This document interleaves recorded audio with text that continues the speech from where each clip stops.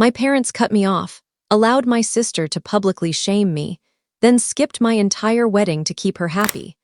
But what I did after made them tremble. I'm 28F and got married 8 months ago after a 4-year relationship. The wedding day was beautiful.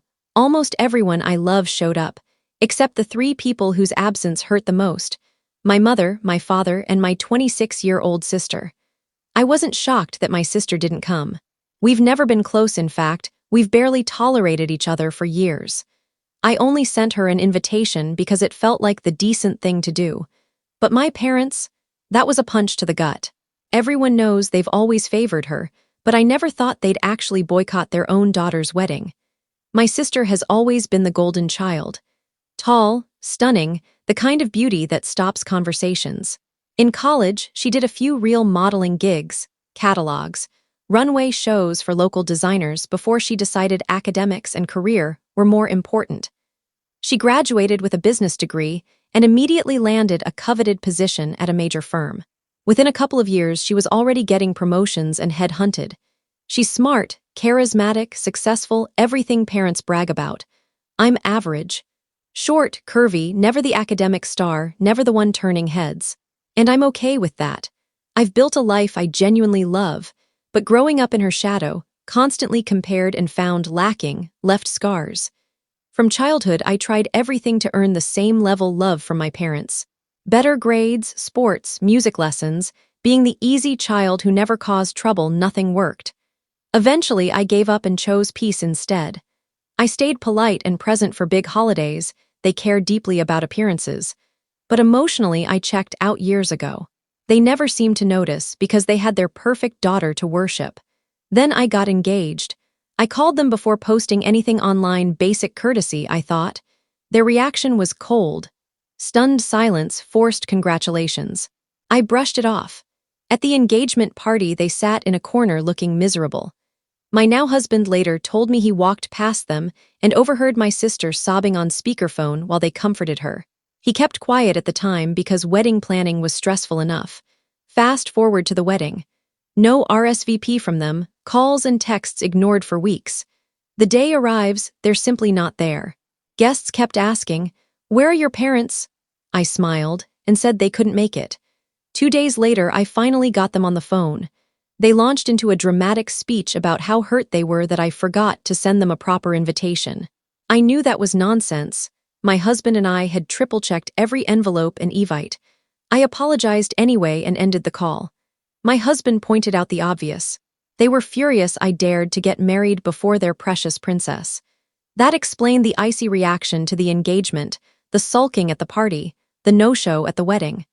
They didn't want my sister to feel left behind or less special. So they chose her feelings over being present for my marriage. That was the last straw. I went no contact, not dramatically, just silence. A few weeks ago, I heard through cousins that my sister is now engaged after dating the guy for roughly a year, and my parents are going all out. Enormous venue, designer everything, posting nonstop on social media about our baby girl's dream wedding. Cool. I genuinely didn't care. Then suddenly my mother called, screaming that I was deliberately sabotaging my sister's big day. Apparently multiple relatives had declined invitations to the engagement events and were making excuses about the wedding. My parents were convinced I'd spent the last 8 months poisoning the family against them. My sister was apparently crying to cousins that no one was coming. Here's the thing, after my wedding, whenever relatives asked why my parents weren't there, I told the truth. Calmly. No tears, no victim act, just facts.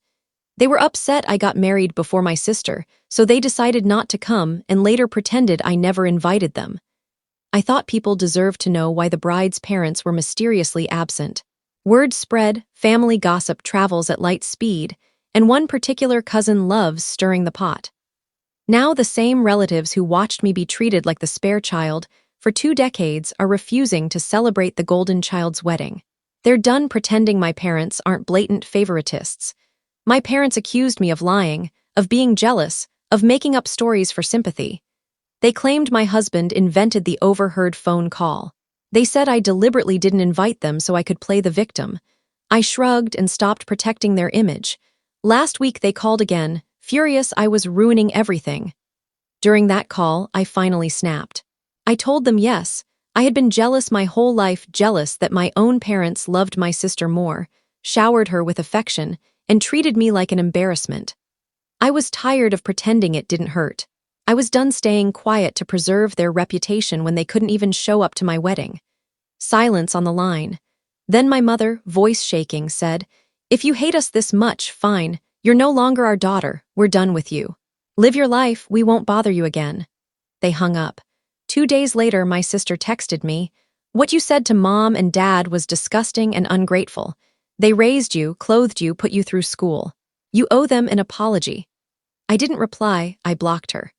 Hours later, my husband got a long message from an unknown number, her telling him to control me and force me to apologize because I was making a fool of myself and dragging the family name through the mud. He laughed out loud and showed me. We both laughed. The sheer entitlement, thinking they could bully my husband into making me grovel, was hilarious. Now my parents are frantically telling relatives that I'm a jealous liar who made everything up because I can't stand my sister having a bigger wedding than mine. Except almost no one believes them anymore. Too many people witnessed the favoritism for 28 years. Their smear campaign is backfiring spectacularly. Cousins are sending me screenshots and laughing about it with me. I'm not organizing a boycott. I'm not begging anyone to pick sides. I'm not even speaking unless someone asks. I'm just free. For the first time in my life, I'm not performing, not shrinking, not protecting people who never protected me. And ironically, the truth, plain, unembellished truth, is doing all the work for me. Let them scramble. Let their perfect princess have her perfect day with empty chairs and whispered gossip. I've got peace, a husband who loves me, and apparently the entire extended family's quiet support. Karma didn't need my help after all, she just needed me to stop covering for them. Thank you for watching my story.